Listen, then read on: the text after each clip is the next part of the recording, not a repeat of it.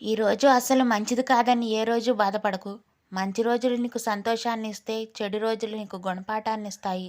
కొన్ని రోజులు మంచి జ్ఞాపకాలని ఇస్తాయి. హృదయానికి దగ్గరగా ఉన్నప్పుడే జాగ్రత్తగా చూసుకోండి. మనసుకు దగ్గరగా ఉన్నప్పుడే మనస్ఫూర్తిగా అర్థం చేసుకోండి.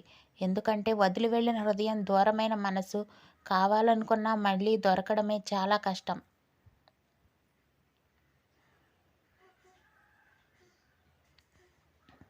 గుర్తుపెట్టుకోవాల్సిన 3 విషయాలు. నువ్వంటే నమ్మకం లేని వారికి నువ్వేంటో నిరూపించాల్సిన అవసరం లేదు. నువ్వంటే గౌరవం లేని చోట నువ్వు ఉండవలసిన అవసరం లేదు.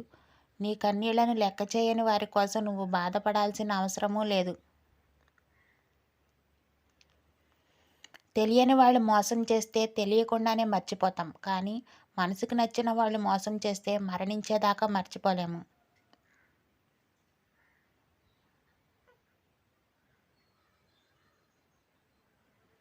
కోరికలను జయించాలి లేదా అదుపు చేసుకోవాలి. అప్పుడే మనసుకు ప్రశాంతత లభిస్తుంది.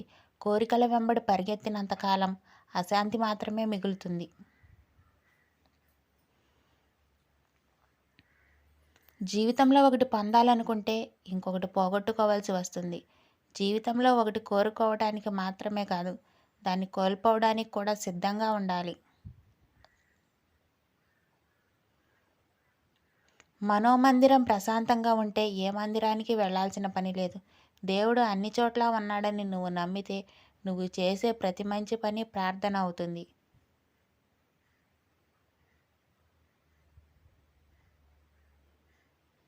ఎంత బాగా బండిని లాగినా గుర్రానికి జాటి దెబ్బ తప్పవు. ఎంత రుచికరమైన పండ్లు ఇచ్చినా చెట్టుకు రాళ్ల దెబ్బలు తప్పవు. అలాగే ఎంత గొప్ప వ్యక్తిగా ఎదిగినా నీకు కొందరు విమర్శలు తప్పవు.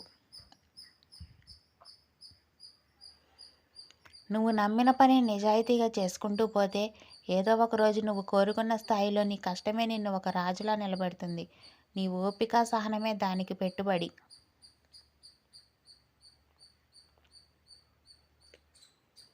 ఎదురు దెబ్బ తగిలినప్పుడు తొందరపడకు. కాసేపు ఆగి ఆలోచించు.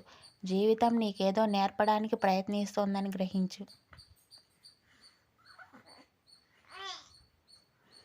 నిర్లక్ష్యం బాధేమిటో నువ్వు చేసినప్పుడు అర్థం కాదు. ఎవరైనా నిన్ను నిర్లక్ష్యం చేస్తేనే అర్థమవుతుంది.